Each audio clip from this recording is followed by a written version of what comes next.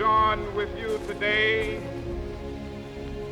in what will go down in history as the greatest demonstration for freedom in the history of our nation.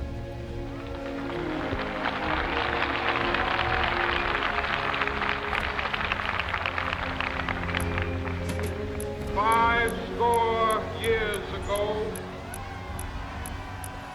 a great American in whose symbolic shadow we stand today signed the Emancipation Proclamation. This momentous decree came as a great beacon light of hope to millions of Negro slaves who had been seared in the flames of withering injustice. It came as a joyous daybreak to end the long night of their captivity. But 100 years later, the Negro still is not free. 100 years later, the life of the Negro is still sadly crippled by the manacles of segregation and the chains of discrimination. 100 years later, the Negro lives on a lonely island of poverty in the midst of a vast ocean of material prosperity. 100 years later, the Negro is still languished in the corners of American society, finds himself in exile in his own land. So we've come here today to dramatize a shameful condition. In a sense, we've come to our nation's capital to cash a check. When the architects of our republic wrote the magnificent words of the Constitution and the Declaration of Independence, they were signing a promissory note to which every American was to fall heir. This note was a promise that all men, yes, black men as well as white men, would be guaranteed the unalienable rights of life, liberty, and the pursuit of happiness. It is obvious today that America has defaulted on this promissory note insofar as her citizens of color are concerned. Instead of honoring this sacred obligation, America has given the Negro people a bad check, a check which has come back marked insufficient funds.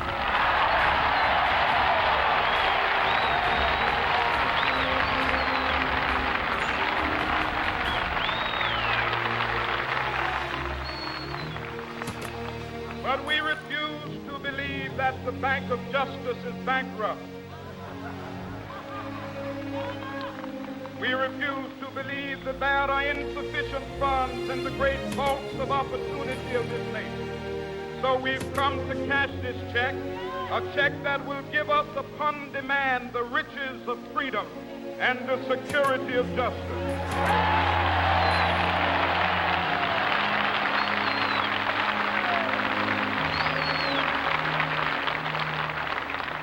We have also come to this hallowed spot to remind America of the fierce urgency of now. This is no time to engage in the luxury of cooling off or to take the tranquilizing drug of gradualism.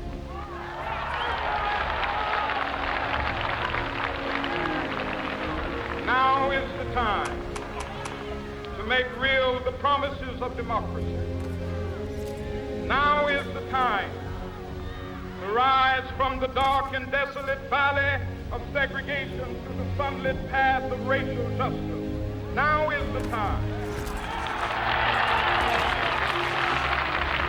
to lift our nation from the quicksands of racial injustice to the solid rock of brotherhood, now is the time. Make justice a reality for all of God's children. It would be fatal for the nation to overlook the urgency of the moment. This sweltering summit of the Negro's legitimate discontent will not pass until there is an invigorating autumn of freedom and equality. 1963 is not an end, but a beginning. Those who hope that the Negro needed to blow off steam and will now be content will have a rude awakening if the nation returns to business as usual.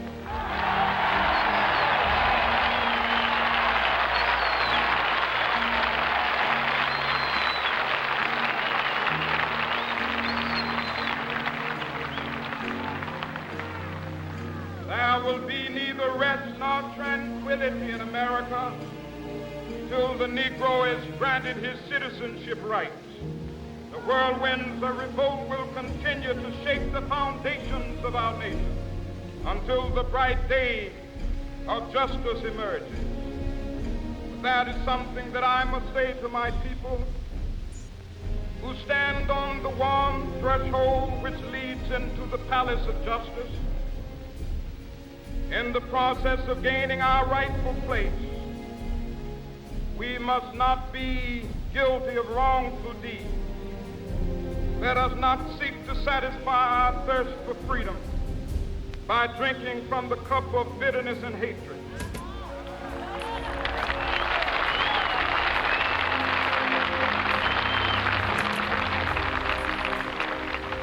We must forever conduct our struggle on the high plane of dignity and discipline. We must not allow our creative protests to degenerate into physical violence. Again and again, we must rise to the majestic heights of meeting physical force with soul force.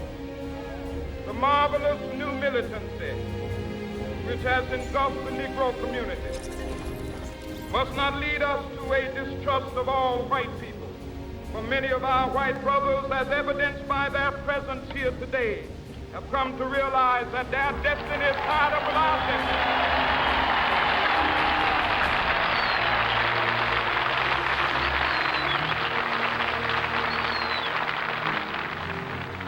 They have come to realize that their freedom is inextricably bound to our freedom. We cannot walk alone. As we walk, we must make the pledge that we shall always march ahead. We cannot turn back. There are those who are asking the devotees of civil rights, when will you be satisfied? We can never be satisfied as long as the Negro is the victim of the unspeakable horrors of police brutality. We can never be satisfied as long as our body is heavy with the fatigue of travel, cannot gain lodging in the motels of the highways and the hotels of the city.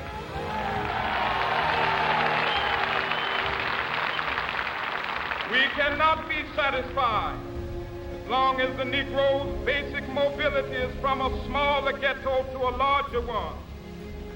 We can never be satisfied as long as our children are stripped of their selfhood and robbed of their dignity by signs stating for whites only.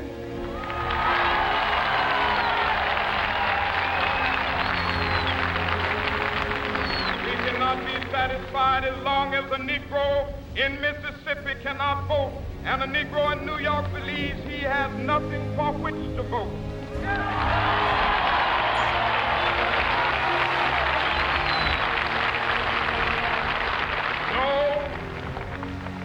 No, we are not satisfied, and we will not be satisfied until justice rolls down like waters and righteousness like a mighty stream.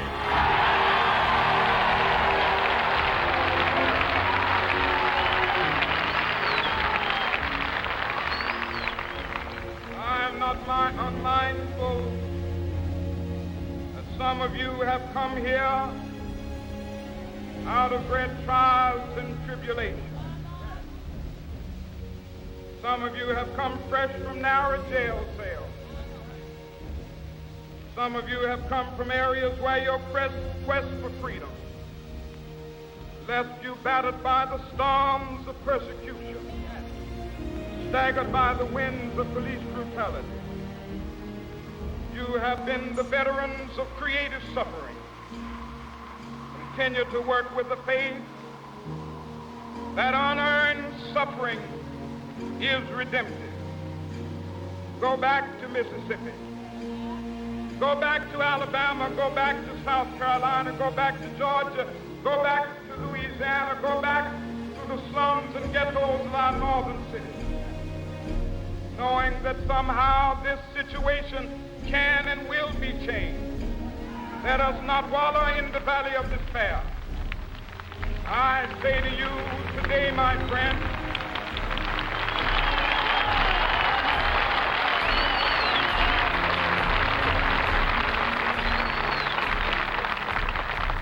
so even though we face the difficulties of today and tomorrow, I still have a dream. It is a dream deeply rooted in the American dream.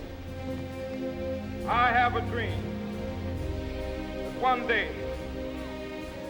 this nation will rise up, live out the true meaning of its creed. We hold these truths to be self-evident, that all men are created equal.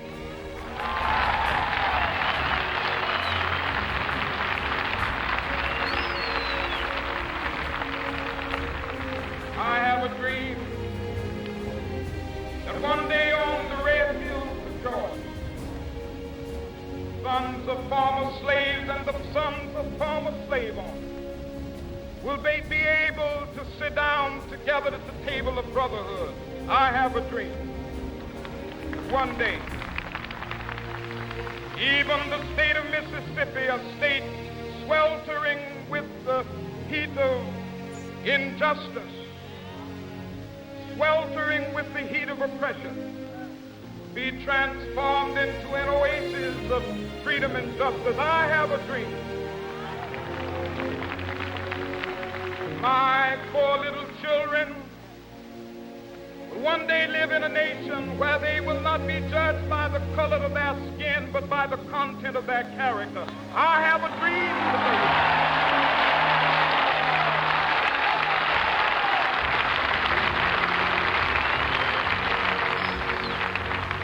I have a dream that one day down in Alabama,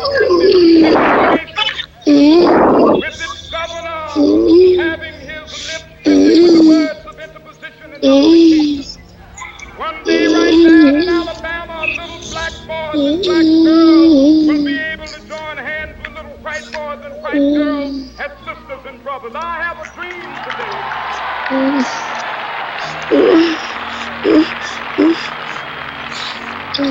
I have a dream that one day every valley shall be exalted, every hill and mountain shall be made low, the rough places will be made plain, and the crooked places will be made straight, and the glory of the Lord shall be revealed, and all flesh shall see it together. This is our hope. This is the faith that I go back to the Psalm with. With this faith, we will be able to hew out of the mountain of despair a stone of hope.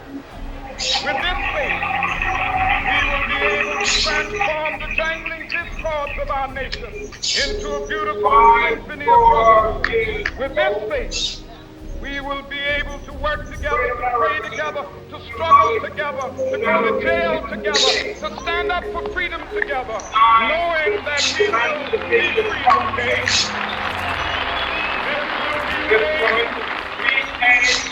This will be the day when all the thoughts will be able to sing with new meaning. My country tears me, land of liberty of thee I sing. Land where my fathers lied, land of the pilgrim's pride. From every mountain side, Let freedom ring, and if America is to be a great nation, this must become true. So let freedom ring. From the religious hilltops, let freedom ring. From the mighty mountains of New York, let freedom ring. From the heights of Allegheny, let freedom ring. From the snow-capped Rockies of Colorado, let freedom ring. From the great slopes of California. But not only that, let freedom ring from the Stone Mountain of Georgia. Let freedom ring from Lookout Mountain of Tennessee. Let freedom ring from every hill and molehill of Mississippi, from every mountain of Florida. Let freedom ring from Minneapolis. When we allow freedom ring, when we let it ring from every village and every hamlet, from every state and every city, we will be able to speed up that day when all of God's children, black men and white men, Jews and Gentiles, will be able to join hands and sing in the words of the Negro spiritual. Free at last, thank God Almighty,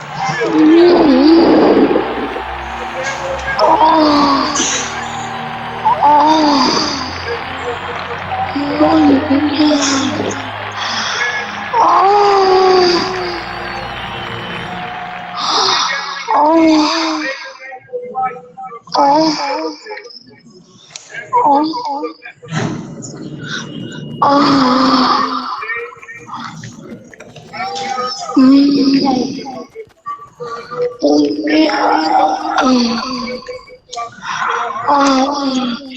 Pichotasa, oh papi, chupapain, chotaso, oh, oh.